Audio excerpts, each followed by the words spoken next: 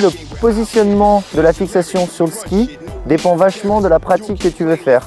Si on veut plus faire de la piste ou plus faire du freeride ou de la toute neige, on va se reculer légèrement.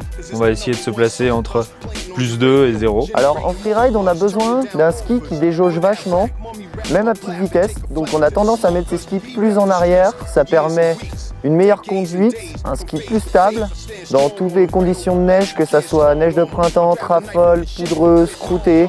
C'est un ski qui conduira mieux.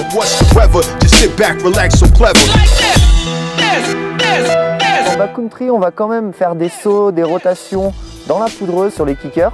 Donc on a besoin d'un ski quand même un petit peu plus en avant, plus centré, pour pouvoir faire à la fois des décollages en switch et des réceptions en switch.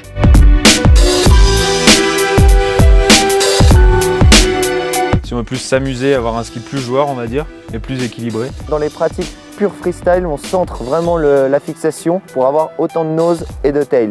On va se régler entre plus 5, plus 3, plus 4, voire plus 6 pour quelqu'un qui veut vraiment faire du switch, du ski en arrière. Le fait d'avoir les fixations au centre, ça permet d'avoir une stabilité autant en avant qu'en arrière. On va adopter quasiment le même comportement en skiant de face et en skiant en switch.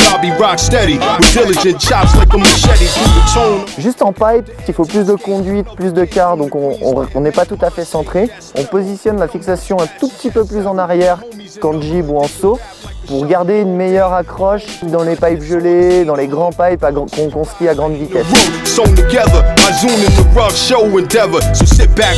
En freestyle, un ski qui est percé plus centré. C'est un ski qui sera vachement plus joueur, qui aura un flex réparti, un pop aussi bien à l'arrière qu'à l'avant, qui facilitera tout ce qui est butter, tout ce qui est changement de sens.